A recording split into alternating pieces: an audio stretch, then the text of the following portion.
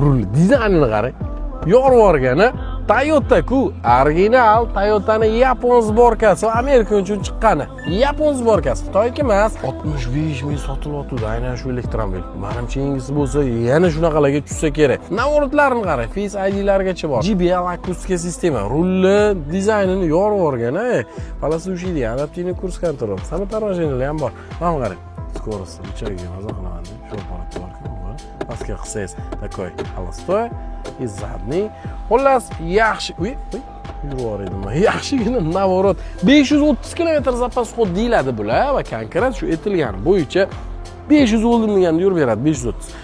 550 yozib qo'yib 350 yuradigan aparatlar emas. Rochniga 11800 probeg, kraskasi top-toza va qop-qora, 24-yil, yili ham eski emas. 11800 yurgan. 29500 ga bosib yuborsangiz bo'ladi. Takoy yapon brend va yaponda ishlab chiqarilgan elektromobil olib yurmoqchi bo'lsangiz, bosib yuboring jigar. Unaqa narxga Xitoynikini balki topsa bo'lar.